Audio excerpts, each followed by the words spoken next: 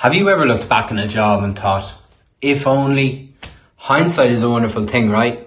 But we can look back and think, if only there was leadership in that workforce that impacted us positively, things could have been different. The workplace is now a key part of any person's life. We spend a lot of time there. So our leaders in that workplace can have a massive impact on our lives, both in a positive sense and unfortunately in a negative sense too. When we think of leaders in the world, we immediately think of the likes of Nelson Mandela, Mahatma Gandhi, or Jacinta Ardern, who are textbook leaders who have demonstrated resilience, vision, and the ability to unite people towards a common goal. Mandela's unwavering determination to end apartheid in South Africa, Gandhi's commitment to peaceful protest and civil disobedience, and Ardern's compassion and decisive action during the COVID-19 pandemic are examples of how resilience, vision, and compassionate leadership can inspire positive change and unite people towards a common purpose. But it's easy to recognise iconic leaders like Mandela, Gandhi, or Ardern. But when we reflect on our own workplace experience, how many of us can honestly say that our former bosses prioritised our personal well-being? Unfortunately for many of us, the answer may not be as positive as we'd like. In our own professional journeys, we encounter a spectrum of leaders.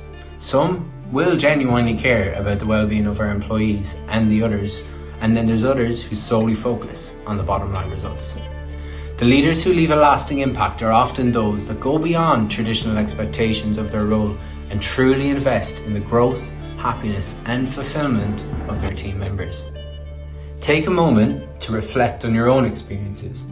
How many of your former bosses stand out as individuals who not only led effectively, but also showed genuine care and concern for your personal well-being? Recent studies from the CIPD, the UK's body for HR practitioners, highlight the prevalence of stress, acute medical conditions, and mental ill health as a primary cause for long-term workplace absence. When we hear this, we can pretty much relate to it all in one way or another. Another study in 2016 explained that spending significant portions of our lives in the workplace can negatively impact our mental health. The pressures of work, coupled with factors such as long hours, high demands, toxic work environments, can take a toll on our well-being. And as we spend the majority of our waking hours at work, that's scary, right? It's imperative that organisations prioritise the mental health and well-being of their employees. Leaders play a pivotal role in creating supportive work cultures that value mental health and provides resources and support for those in need. According to Van Dijk's research, there are 3 key obstacles to employee health and well-being in the quickly changing workplace environment. These consist of work-life balance, uncertainty and organisational change, and stress and burnout. In today's workplaces, stress and burnout are common problems that result in fatigue, distrust, and lower effectiveness. It is imperative for organisations to acknowledge and tackle these concerns, offering clear guidance, assistance, and provisions to enable staff members to adjust and prosper in dynamic work settings. Another major obstacle is achieving work-life balance and detachment, particularly in remote or hybrid work environments. Organisations can establish a work environment that is sustainable and supportive, promoting engagement, retention, and overall success by taking these proactive steps to address these challenges. But let's push these important issues to a local level now. The HR Practices in Ireland survey of 2019 reports that 44% of absences attributed to workplace stress as the primary cause of absenteeism. The amount of work and management styles are the primary cause of stress-related absences. Additionally, Irish workers have identified poor management, the pressure to be constantly on, and overworking as the main factors negatively affecting their well-being. It's concerning to learn that 34% of managers acknowledge that mental health issues at work have overwhelmed them. These issues have been made worse by the COVID-19 pandemic. According to 90% of employers, there has been a rise in mental health issues at work. Positive trends are starting to emerge though. The availability of workplace-provided mental health supports in conjunction with remote and hybrid working arrangements are considered mitigating factors in addressing these issues. Prioritising mental health and well-being in a workplace is crucial for organisations in Ireland as we navigate these challenges. Workplaces can be made healthier and more resilient for everyone if policies that promote open communication, adequate resources, and a culture of support are put in place. In a report by IBIC in 2013, it explained that employee engagement is essential for businesses' success, as it fosters motivated and loyal workforces that take pride in their work, and it aligns with the organisation's values. Line managers play a crucial role in fostering engagement by focusing on individual strengths, while senior management set the tone by establishing trust and communicating a clear vision. To enhance engagement, organisations should prioritise empowerment, provide opportunities for growth, and ensure transparent communication and development pathways. But ultimately, fostering employee engagement leads to improved businesses' performances through increased productivity, innovation, and employee retention. So with that in mind, how can our bosses become good leaders who prioritise their workers' overall health and well-being and be a successful organisation where staff wants to stay for as long as possible due to good working conditions? Well-being at work is a key long-term goal for the World Health Organization, and leaders must take the lead in creating a supportive and healthy environment. What then makes someone a good leader at work? To be a successful global leader, you need to have certain leadership skills. According to Zhu Fang Shuang, these skills are important to leadership in a variety of workplaces and also can be replicated not just at a global level, but also in a local level too. Some of these skills are self-awareness, understanding cultural stereotypes, increasing self-assurance, and having a broad perspective. Transformational leadership is often touted as the key to creating a workplace environment. But what exactly is transformational leadership, and does it guarantee positive outcomes? One study explains that transformational leadership is a visionary and creative approach that inspires employees to make independent decisions and develop in their work.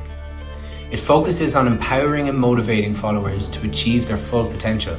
However, the direct relationship between transformational leadership and positive, effective well-being may not always be straightforward. Training leaders to exhibit transformational leadership behaviours may promote employee health and well-being by enhancing self-efficacy and fostering a supportive work environment. But of course, workplace well-being is a holistic, overarching approach to creating a positive work environment. And by showing transformational leadership in work in parallel with the promotion of well-being for your workers, it can work together. Leaders, you may be thinking, this is all well and good, but how can I start? But lucky for you, most governments now have produced documents for organisations to begin their journey. Right here in Ireland, we have the Healthy Ireland at Work document. This is a living, breathing document that can transform workplaces into an environment that could increase employee productivity, increase employee job satisfaction and loyalty, reduce absenteeism, reducing injuries and health and safety costs, and improve the organisation's reputation. I think we have heard about these outcomes already, but in a negative sense, and this is a way to change that. So with all that in mind, let's look at some real life cases now in Ireland where good leadership has been shown for the promotion of workplace well-being. At Walk, who are a community organisation supporting adults with intellectual disabilities, empowering leadership is evident through a dedicated well-being team and have comprehensive initiatives. The organisation conducted extensive research to understand staff perceptions of well-being and identify priority areas for action.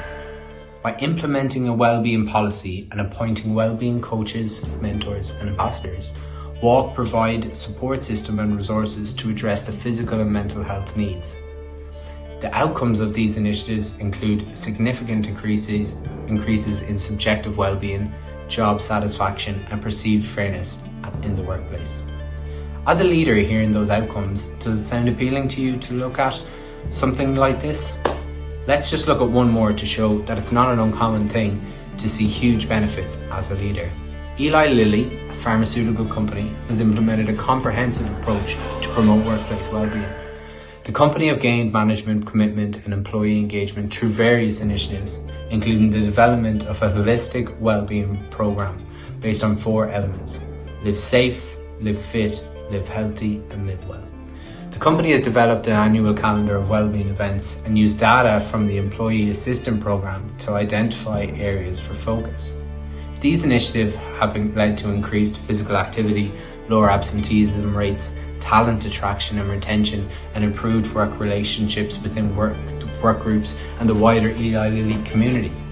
As a leader, you want all your staff available, attracting the best workforces and ensure that your team gels. They're key components. And by employing a plan to promote your team's health and well-being, you can attract that. It seems a pretty good deal, right? To finish, I want you to go back to that question I asked you at the start. Have you ever looked back on a job you left and thought, if only? Now think, if that leader of that organisation showed care in how I was feeling and my overall well-being was valued, would you still think, if only? I know, I certainly wouldn't be standing here today if that was the case for me. So leaders, the question I ask of you is to think, could you really be a transformational leader with genuine care for your team that shows compassion and understanding of your staff that could reap huge benefits and positivity, not just for your workers, but also for your success as a leader in your career? We have a toolbox to create this success. You just have to be ready to pick it up.